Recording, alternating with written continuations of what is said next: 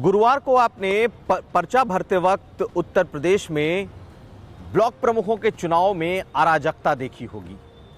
ये भी हमने आपको दिखाया कि कैसे पर्चे छीने गए, महिलाओं के साथ अभद्रता की गई, ये सब कुछ दिखाया। हम आज आपको जो वीडियोस और जो खबरें दिखाने जा रहे हैं वो ये कि पर्चा भरने के बाद और कल नामांकन के पहले अब कैसे बीडीसी सदस्यों की किडनैपिंग हो रही है। किडनैपिंग का मतलब ये कि उन्हें उठाकर कहीं ऐसे जगह रखा जा रहा है जहां पर उनसे मतदान कराया जा सके, और ऐसी घटनाएं लगातार सामने आ रही हैं।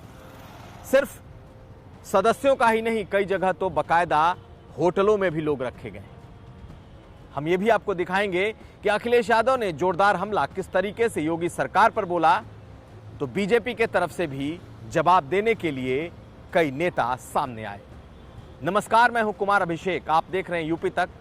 हम हाजिर हैं अपना न्यूज शो आज का यूपी लेकर। अब खबरें तफसील से।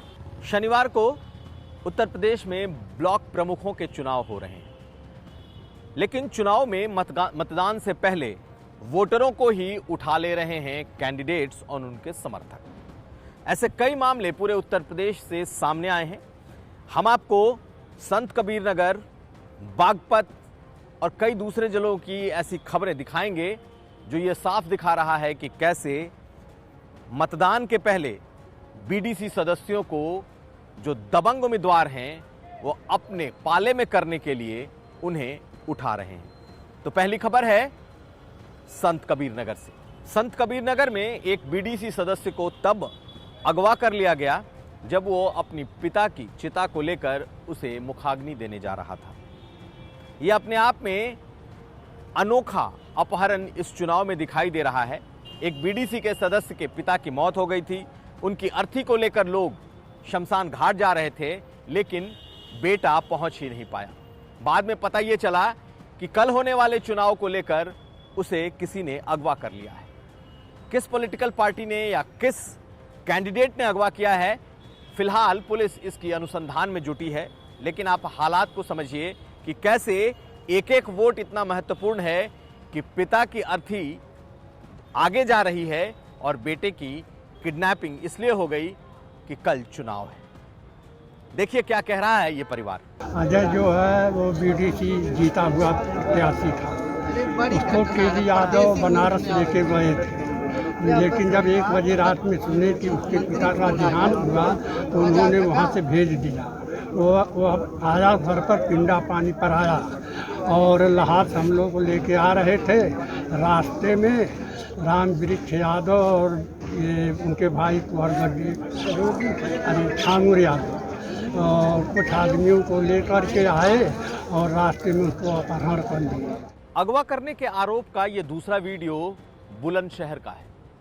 बुलंदशहर के शिकारपुर ब्लॉक की मोनिका, जो कि समाजवादी पार्टी और आरएलडी की संयुक्त प्रत्याशी है, उसने आरोप लगाया कि पुलिस और बीजेपी के समर्थक लोगों ने उन्हें जबरन उठाया और उनसे कागजात पर कई जगह दस्तखत करवा लिए। यानी कि एक तरीके से उन्हें अगवा करने की कोशिश की गई और उनसे कई कागजात पर दस्तखत तक करवा ली। ये वीडियो वो है कि कैसे एक पुलिस जीप के भीतर एक शख्स के साथ पिटाई की जा रही है। पहले आप ये वीडियो देखिए, उसके बाद हम आपको बताएंगे इस ब्लॉक प्रमुख चुनाव में अपहरण के पीछे की ये कहानी।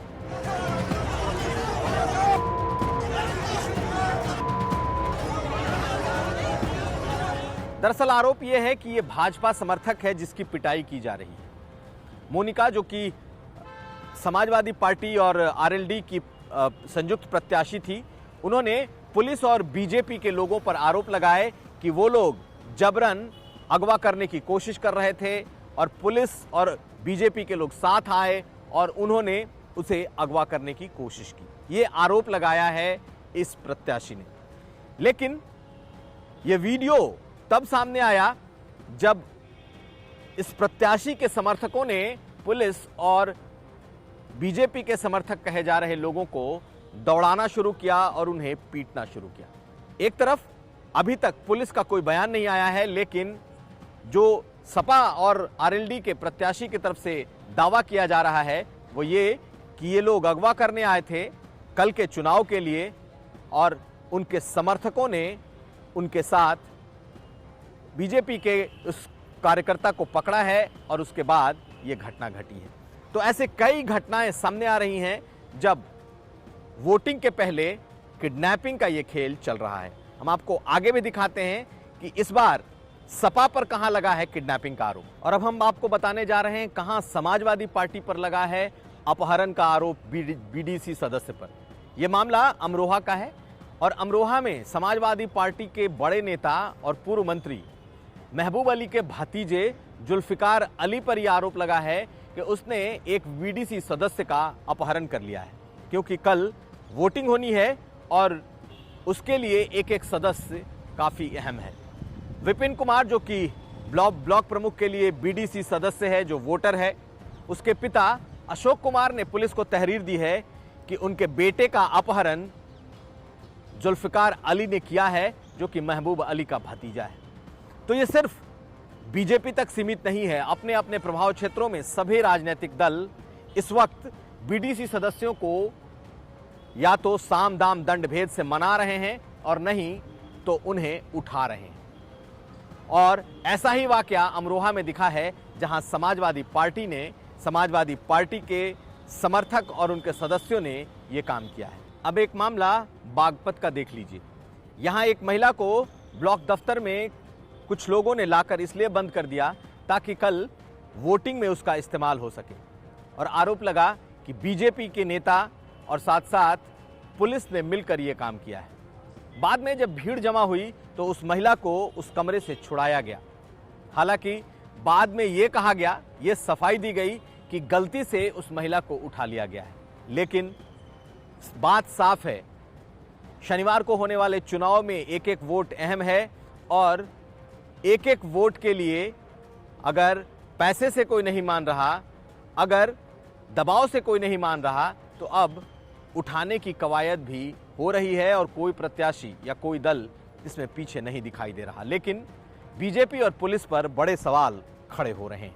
वीडियो के माध्यम से हमने आपको दिखाने की कोशिश की है कि कैसे लोकतंत्र की जमीनी हकीकत इस वक्त क्या है। जिस लोकतंत्र के लिए आप वोट डालते हैं वहां पर किस तरीके के अराजकता का माहौल है, कैसे ब्लॉक प्रमुखों के इस चुनाव में साम दाम दंड भेद शब्द और मुहावरा भी छोटा पड़ रहा है। लेकिन आज अखिलेश यादव ने इस मुद्दे पर मुख्यमंत्री योगी आदित्यनाथ पर तीखे हमले किए। और सुनिए यूपी तक से बातचीत में अखिलेश यादव ने क्या कहा है। अपना परसेप्शन कैसे बने देश में और दुनिया में कि ब्लॉक प्रमुख सबसे ज्यादा उनके हैं, जिला पंचायत अध्यक्ष उनके हैं, इसीलिए मुख्यमंत्री जी के इशारे पर पूरी की पूरी खुली छूट गुंडों को दी गई और उसी का परिणाम यह है कि जगह जगह पर पर्चे छीने गए, लोगों को नामांकन नहीं करने दिया गया, सड़कों पर संघर्ष हुआ, गोली चली, एक बहन को अपमानित होना पड़ा, उत्तर प्रदेश के जो स्पीकर रहे 2 बार उनको अपमानित होना पड़ा, विधायक, पूर्व विधायक, उन सबको अपमानित होना पड़ा।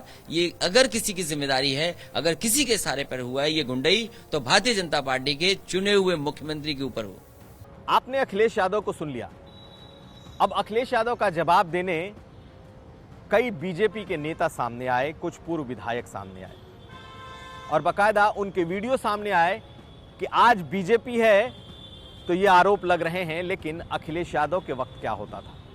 सुब्रत पाठक जो कि कन्नौज से सांसद हैं, जिन्होंने डिंपल यादव को हराया था, जैसे ही अखिलेश यादव का बयान मुख्यमंत्री योगी आदित्यनाथ के खिलाफ आया, उनका ये ट्वीट देख लीजिए, जिसमें ये 2012 के एक चुनाव की चर्चा कर रहे हैं कि कैसे उस वक्त कन्नौज में अराजकता का माहौल था। ब्लॉक प्रमुखों के चुनाव के इस कई पहलू हमने आपको पिछले 2 दिनों में दिखाए हैं कि कैसे ब्लॉक प्रमुखों के चुनाव के लिए पूरे उत्तर प्रदेश में हिंसा और अराजकता की तस्वीर सामने आई है, कैसे आरोप और प्रत्यारोप सामने आ रहे हैं और कैसे लोकतंत्र का ये सबसे ग्रासरूट चुनाव कलंकित हो रहा है। हम एक बार फिर हाजिर होंगे, तब तक आप देखते रहिए यूपी तक। हम हाजिर थे अपना न्यूज शो आज का यूपी लेकर, लेकिन हम आपको याद दिला दें कि 2022 के विधानसभा चुनाव तक यूपी तक आपके लिए लाता रहेगा लगातार एक्सक्लूसिव खबरें, तमाम बड़े इंटरव्यू, सभी बड़ी और एक्सक्लूसिव गपशप खबरें हम आपके लिए लाते रहेंगे। कार्यक्रम यूपी किसका में।